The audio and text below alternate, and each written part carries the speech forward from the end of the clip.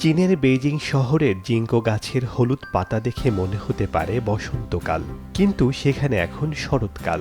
এই ঋতুতে জিঙ্কো গাছের পাতা সবুজ থেকে হলুদ রং ধারণ করে।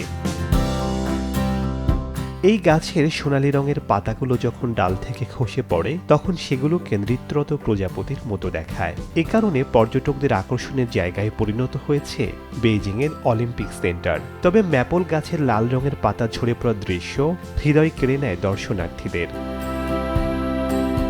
এ ঋতুতে জিয়াংশান পর্বত এবং ন্যাশনাল বোটানিক্যাল গার্ডেন সহ বেইজিংয়ের পর্যটন কেন্দ্রগুলোতে ভিড় জমায় দর্শনার্থীরা।